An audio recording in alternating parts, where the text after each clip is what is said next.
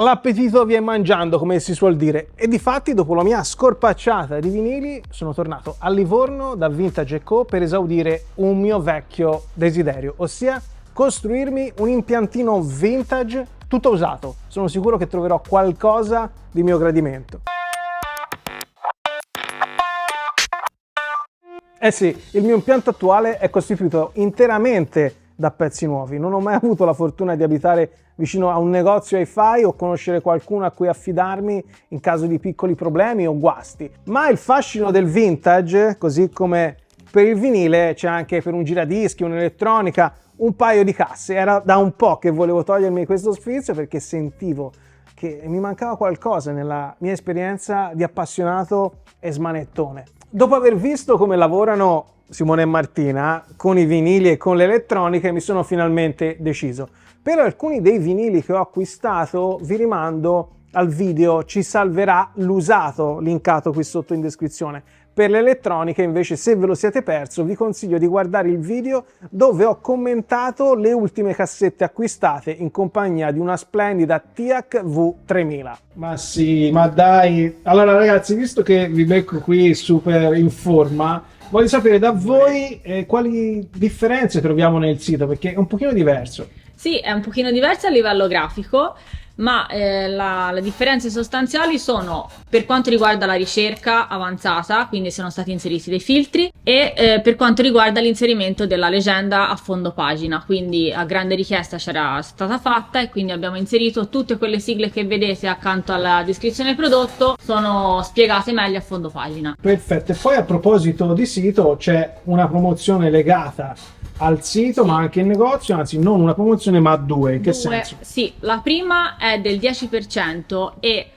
si rivolge a chi in negozio online acquista un'elettronica, diffusori, amplificatori, quello che preferisce. Se no poi c'è quell'altro del 15% a chi acquista un setup completo, quindi una fonte che sia un giradischi o un lettore CD, un amplificatore e una coppia di diffusori. Oh ragazzi, mentre io sono qui che ciaccio sui dischi, vi volevo dire che sono venuto con un desiderio, sperando che voi possiate esaudirlo. Vai! Allora, il mio sogno bagnato, ti vedo preoccupato. Sì. Il mio sogno bagnato è il Torrens PD 160 perfettamente funzionante. Bello. Ecco, bello. Però per il momento voglio un impiantino vintage, tutto vintage, che suoni da paura, che ovviamente distrugga i timpani ai miei vicini. Saranno felici. Saranno sicuramente felici.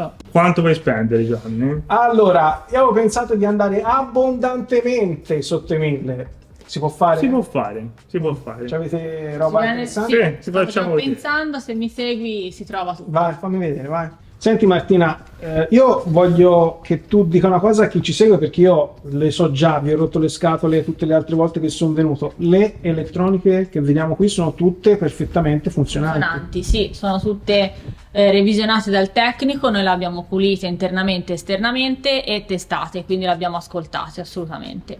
Avendo appunto il tecnico, può capitare che lui, avendo un pezzo disponibile, vada a sostituire una piccola parte di un amplificatore, ad esempio, perché magari la vede leggermente difettosa, e quindi si va a prevenire quello che potrebbe essere un difetto futuro. Quindi è anche questo insomma, una cosa importante. E in quel caso, cioè nel senso, se lui trova un pezzettino da cambiare, voi modificate il prezzo? No, assolutamente, il prezzo di vendita rimane comunque mutato.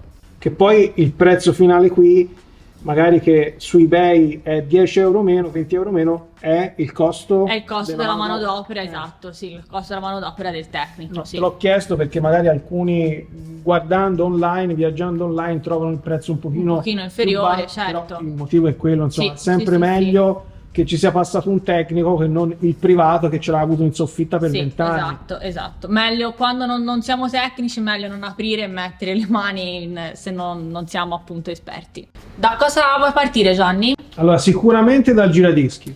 Ok, giradischi. Allora, possiamo partire da questo Pioneer, il PL510A, che è un piatto completamente manuale con la finitura in legno, trazione diretta. Sì. Molto bellino, pitch control con lo stroboscopio, un ottimo rapporto qualità-prezzo. E lo facciamo suonare con... Noi lo stiamo facendo suonare con quest'altro Pioneer. Questo di sotto? Sì, è un Pioneer della serie SA che non ha un grosso wattaggio, ma è diciamo un amplificatore abbastanza rufiano perché fa suonare bene diverse tipologie di casse. Ok. E adesso con cosa lo state provando? Adesso lo stiamo provando con queste Marantz, ma ci sono delle diciamo alternative molto valide. Ok, tipo? Allora, la più costosa sono quelle Technics là, le SV3050, finitura in legno molto simile alla Ok, che ci sta bene col giradischi. Se no? Se uno volesse risparmiare qualcosina, sempre con la stessa finitura, ci sono sempre queste Technics qua, di un modello leggermente inferiore, infatti il woofer è un pochino più piccolo. 30-30. Le 30-30, esatto, che abbiamo disponibili sia con questa finitura in legno che con la finitura in nera e che costano una ventina di euro o meno.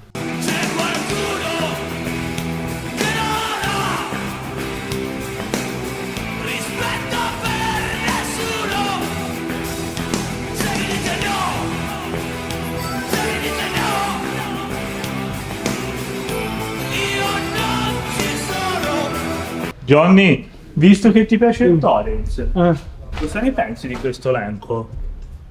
Allora, bello è bello, però che richiama insomma l'estetica del Torrens e TD 160, però io ti rompo le scatole, io voglio o Torrens o nulla, no. Un Technics lo vuoi vedere? Andiamo, un Technics non si dice mai di no, cosa mi fa vedere? Ti faccio vedere questo Technics qua, l'SL5310, che è quarzato, completamente automatico. Ok. Ci è stato portato con la testina praticamente nuova. Ok. Funzione molto particolare di questo giradischi è il memory pit, che ti ripete da 1 a 6 volte lo stesso lato, o se lo metti sulla R te lo ripete all'infinito. Se poi vuoi rimanere in casa Technics puoi fare il completo con la testina Technics appunto, che abbiamo trovato ritirando dell'altra merce da un altro cliente. Martina, senti, a proposito di testine usate, che qui vedo ce ne sono diverse, anche interessanti, com'è che io faccio a sapere se una testina mi funziona usata?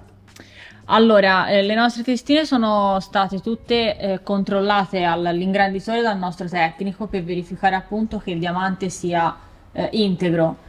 Una volta fatto questo vengono provate con dei vinili test e ascoltati con dei dischi musicali di riferimento. Mettiamo il caso che tu mi abbia quasi convinto con questo Technics perché voglio provare un giradischi completamente automatico, a cosa lo accoppieresti? Ma secondo me è un'alternativa valida al Pioneer che abbiamo visto poco fa. È questo Kenwood qua, il KA3500. Vedi Johnny, questo è il vecchio logo della Kenwood, del trio Kenwood. Ok, perché mi consigli questo? Ti consiglio questo rispetto al Pioneer che ti ha fatto vedere Martina, perché ha qualche watt in più, qui siamo sui 40, e ti permette di sgasare un pochino di più e dare un po' fastidio ai vicini. Ottimo, questo mi piace, e allora mi sa che mi hai già convinto. Johnny, se vuoi dare ancora più volume al tuo impianto, c'è questo di amplificatore che non è niente male. Non è male, ma non penso di riuscire a stare sotto i 1000. Johnny, stai buono, piuttosto hai deciso cosa prendere? Allora, un'idea me la sono fatta, però vi volevo chiedere, se io mi porto a casa uno dei due e poi invece dico, però quell'altro, si può fare il cambio? Sì, vieni, porti il Technics e prendi il Pioneer, senza problemi. Ok, ma se ci fosse qualche guasto, qualche difetto che non succede, ma se succede? Uguale, vieni e noi lo diamo al tecnico. Tutti i prodotti sono garantiti in termini di legge. Vabbè, se è così, bene.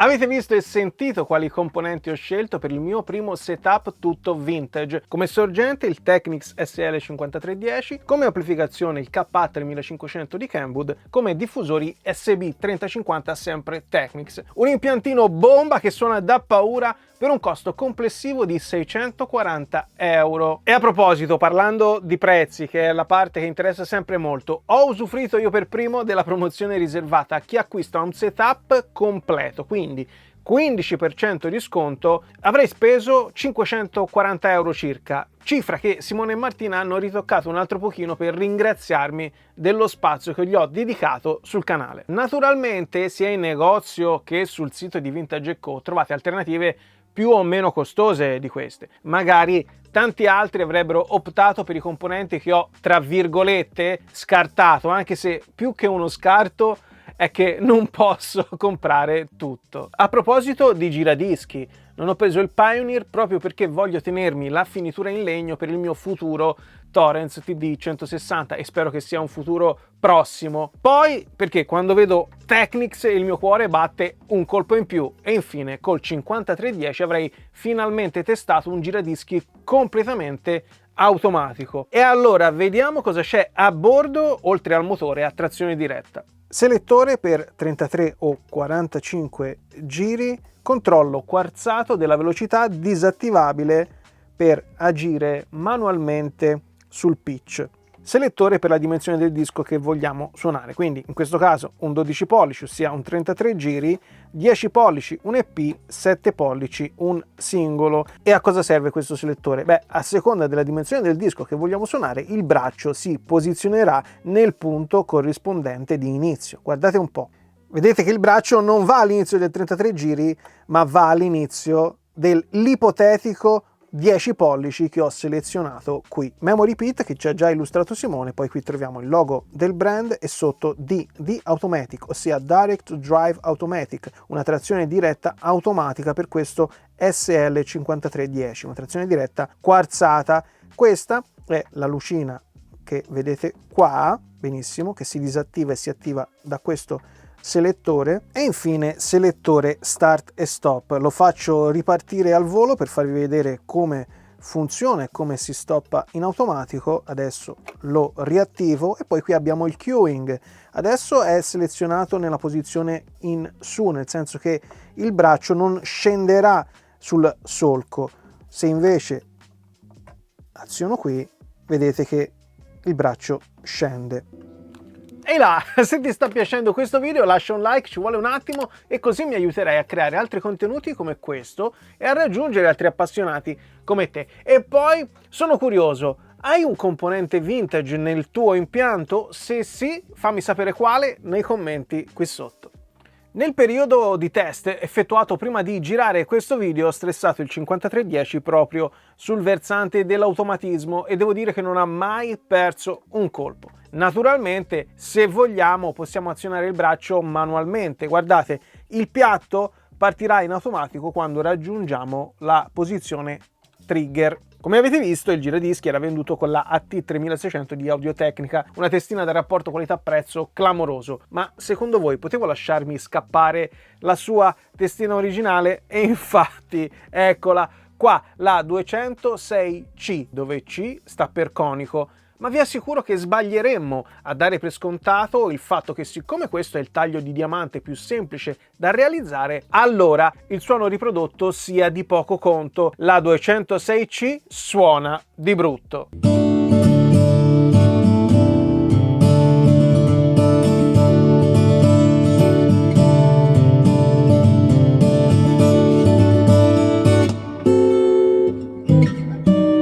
Lo stesso friccicorino che mi ha dato il giradischi l'ho avvertito quando i miei occhi hanno letto il marchio Kenwood. Proprio un compatto Kenwood a componenti separati è stato il mio primo impianto serio. E poi ha il doppio dei watt per canale rispetto al Pioneer 40 anziché 20, che consentono di spingere un pochino in più per la gioia dei miei vicini. Pannello frontale in alluminio spazzolato che ha sempre un fascino particolare, dove voglio ricordare le caratteristiche essenziali.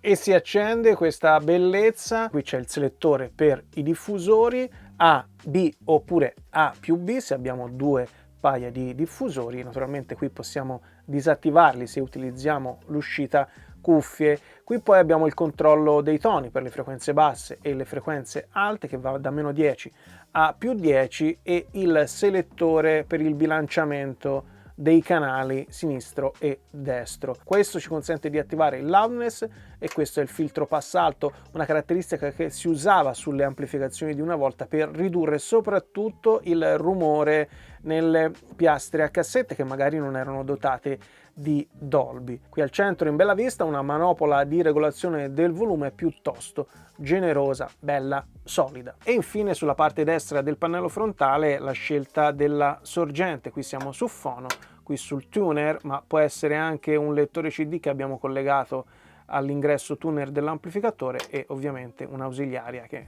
un ingresso di linea on e off. Io ad esempio per fare le prove con questo amplificatore ho collegato il mio ricevitore Bluetooth. E infine, ricollegandoci a quello che abbiamo detto per il filtro passalto, questi controlli relativi alla piastra a cassette per la duplicazione e il monitoraggio. I Technics SB3050 sono diffusori a 3 vie con tweeter a cupola da 14 mm, mid-range a cono da 60 mm e woofer a cono da 250 mm.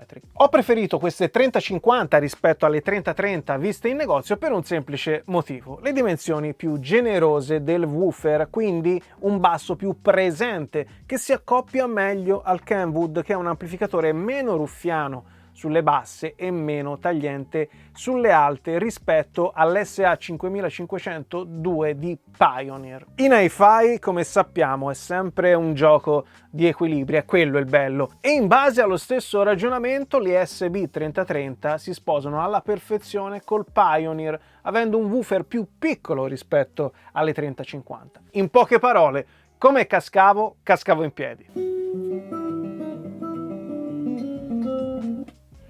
Devo essere sincero, non avrei mai pensato di realizzare un video del genere e neanche di fare una spesa del genere, perché prima di conoscere Simone e Martina non avrei mai acquistato un giradischi usato, neanche uno dal costo contenuto, perché non tutti i tecnici sono come quello di Vintage & Co, per non parlare degli acquisti online tramite privati, dove ho avuto un paio di brutte esperienze che magari un giorno vi racconterò. Sicuramente poi non avrei acquistato su eBay un modello come questo, pieno di automatismi, e che qui sono tutti perfettamente funzionanti perché testati e revisionati. E per riallacciarmi un attimo al discorso che faceva Martina quando sono andato in negozio, è vero, magari trovate lo stesso giradischi su eBay a 20 euro meno, 30 euro meno, però se è un privato che vuole semplicemente liberarsi di un oggetto trovato in cantina, mi sorgono spontanee queste domande. Lo avrà aperto? Avrà pulito tutti i contatti? Lo avrà testato come si deve? Quando sono stato da Vintage & Co, essendo un giorno di chiusura al pubblico, ho potuto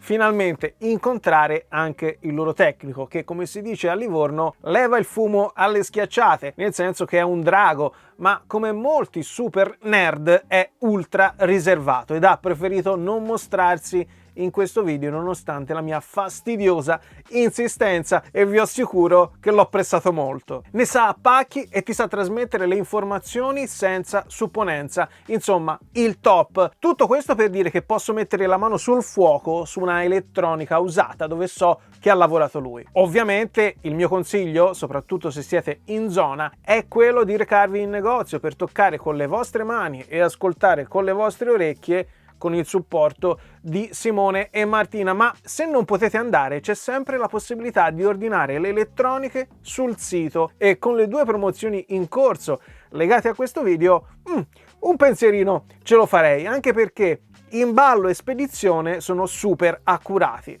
Dunque ragazzi, sicuramente è sempre meglio per chi è in zona venire in negozio per testare, toccare, ascoltare, però per chi è lontano voi spedite senza problemi. Sì, spediamo in tutta Italia qualsiasi tipo di elettronica, anche all'estero. In Italia con Corriere Espresso in 24-48 ore il pacco arriva al cliente. Ottimo, e quindi immagino che i pacchi siano fatti a regola d'arte, vero? Assolutamente, Johnny, siamo sempre molto attenti a proteggere tutte le elettroniche che spediamo. Naturalmente tutto questo ben di Dio trattandosi di componenti vintage, quindi che hanno magari anche 30-40 anni, ogni tanto ha bisogno di essere risvegliato. Sì, infatti noi mandiamo in rotazione tutti i nostri apparecchi, così ciclicamente tutti suonano e vengono mantenuti attivi.